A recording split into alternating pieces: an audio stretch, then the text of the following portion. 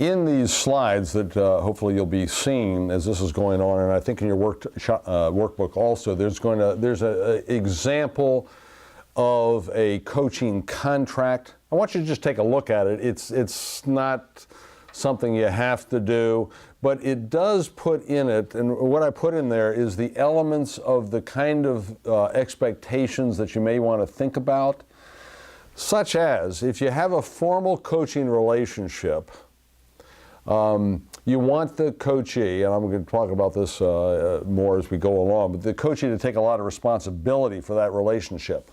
In other words, you're not there to entertain them. They are there to very much participate in what is occurring, to make sure that the relationship and what they are learning is exactly what they need. So in this particular contract, I think it has in there that they email you a few days before you get together with them to tell you possibly what they've done with what you talked about the last time. Let's say you were trying to help them maintain their day off and really set good boundaries so that when they're home and not just home and answering emails and phone calls and running here and there. That'd be the first thing I would do, by the way. But I would say that in my contract that I want you to email me and tell me how successful you were on the things, the homework I gave you or the things that we talked about, and then give me a heads up as the things that you want to talk about in the next couple days when we get together again for our appointment. Now, again, you don't have to do it formally that way, but the interesting thing about formal contracting, and this is where, if you notice, our world has a lot of formal contracting between nations, between people in organizations, when you buy houses, when you do all kinds of things. The whole point of a formal contract is to set clear expectations. And when there's a problem then, and when attorneys get involved, that's what an attorney wants. He or she will say to you, let me see the original contract that you signed. And let's see what it states in there, and let's see how closely those expectations were followed. That's the whole nature of a contract, and that's why I put one written in there. When you have something written, and especially if somebody signs it, people tend to take those things more seriously. And you all probably, I would doubt that you're going to have money exchanged between you and that kind of thing. In my world, it is actually. And as a result, you want to know in that contract, okay, what is the basis of that? But something you really do want to talk about in this contract, by the way, and that is missed appointments. Now, if they're not paying for your coaching, people often, especially in our world in the United States, tend to get sloppier with the nature of the relationship. In other words, I'm not paying you to coach me, so, okay, I'll stand you up every now and then, or I don't prepare quite as much as I would necessarily if I was actually paying you. But you can still hold them accountable to that contract. So you can say to them, listen, you know, I went over to the restaurant to meet you. You didn't show up and you didn't tell me. If that happens again, I'm thinking we'll probably need to terminate this relationship. I mean, the one thing, especially if you're value add to whoever you're coaching, the one thing that you have to offer is you and your time. And if you're a minister watching this, I know your time is extremely valuable. You have lots of people making demands on your time. You don't need to be going and sitting in restaurants or even in your office waiting for somebody to show up who doesn't show up. And so I would be clear about those kinds of expectations in the contract. The trouble is, if you're not clear about it initially, when you try to set it in place down the line, it always sounds punitive. So in other words, if up front I say to you, listen, if you don't show up, I'll probably give you one more opportunity for a coaching time together. But if you don't show up for that, then I'm going to immediately terminate. If you say it up front, then when it occurs that way, then it was spoken between the two of us. But let's say you don't say that, and then the person doesn't show up, and you call them up and saying, okay, I'm terminating this, they're going to feel like you're punishing them. Because you never said that, oh gosh, I didn't realize I need to give you 24 hours notice, or I need to show up. blah, blah, blah, and all this kind of thing. So that's why I encourage you to be very, very clear at the outset what the relationship should look like. So let's look at the second chapter now, and let's think about what I think is the most important thing. In fact, if I had an unlimited amount of time to prepare you for counseling, or for coaching in this case, or for counseling too for that matter, I would spend most of my time in this whole personal assessment area. The reason I say that is because you are bringing to this relationship two things. You're bringing a body of knowledge. That's why somebody would ask you to coach them.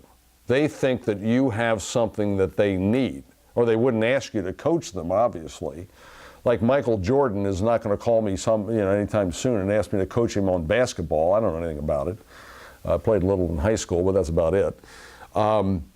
They are calling you because they know that you have a body of knowledge.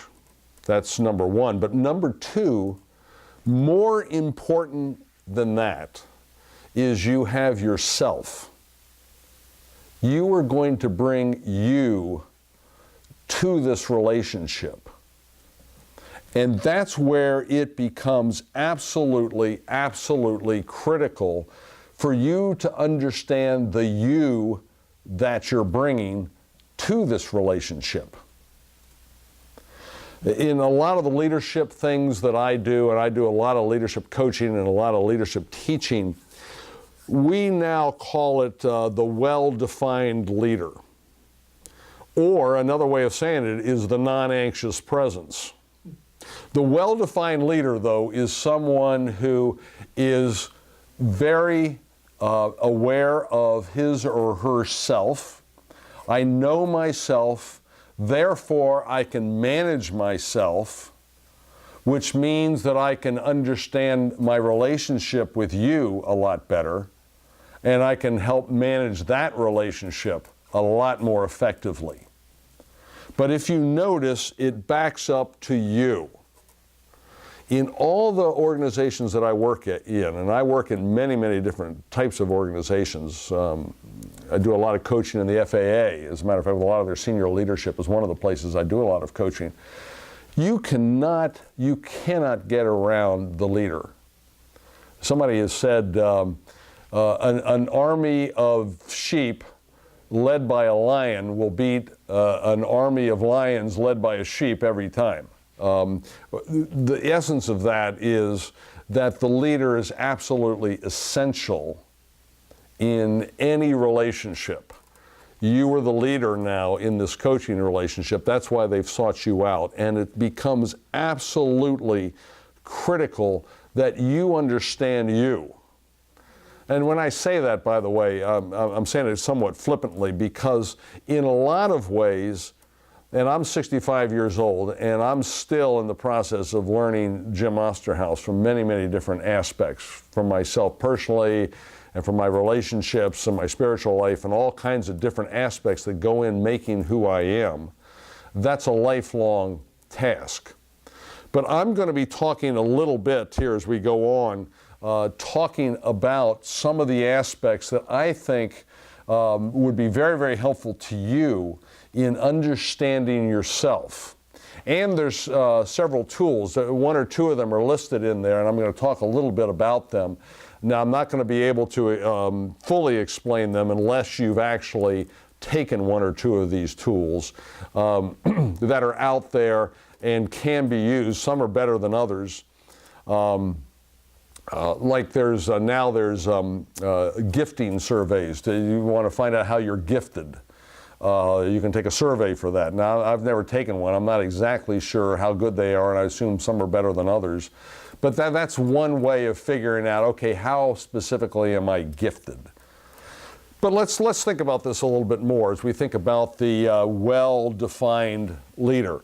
I have in your slides there, if you look at them, I have 3 slides there that show on the left the well-defined leader, as opposed to the slide on the right, which has the less well-defined leader.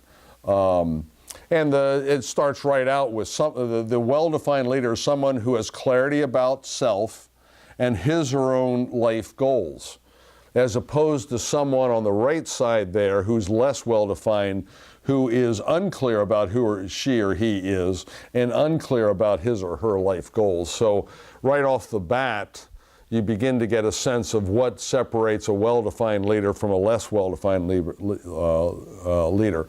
The second point, though, I want to talk about a little bit right now. We'll be bringing this in as we go along, and that is the well-defined leader is somebody who's able to manage his or her own anxiety, okay, as opposed to the less well-defined person who is much more at the mercy of his or her anxiety.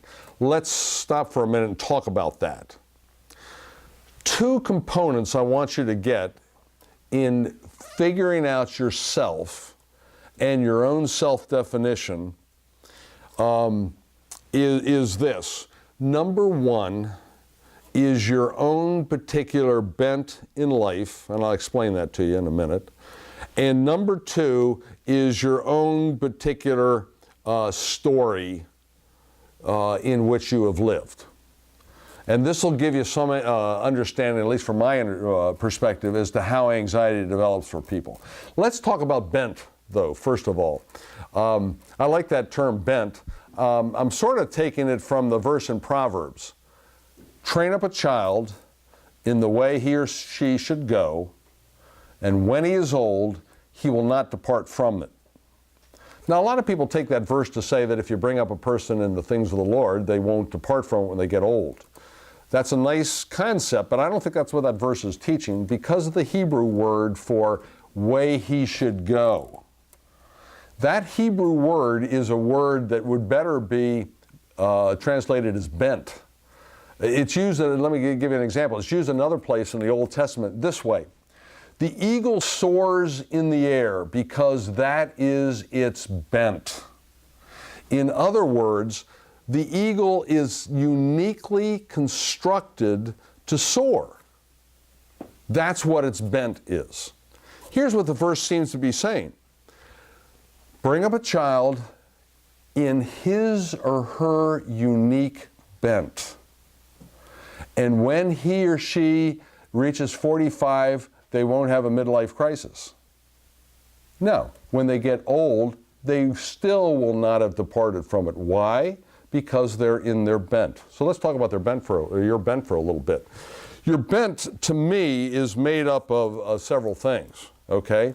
It has to do with your strengths, your unique talents that have been put into you, if you will, that make you uniquely who you are. And there's several tests that really get at this, in one that I'm going to talk about here in a minute, that is incredible for this, as a matter of fact, that we now have almost exclusively been using in TAG, our consulting life, which really helps a person identify their particular strengths. And it comes out of the Gallup organization. It's called Strengths Finder. Now, we take it a step further from that, and a woman from down in Texas who developed what she calls core clarity, and we've even taken a little further than that, but really looking at how is a person uniquely wired. How is a person uniquely wired? Which becomes very, very important.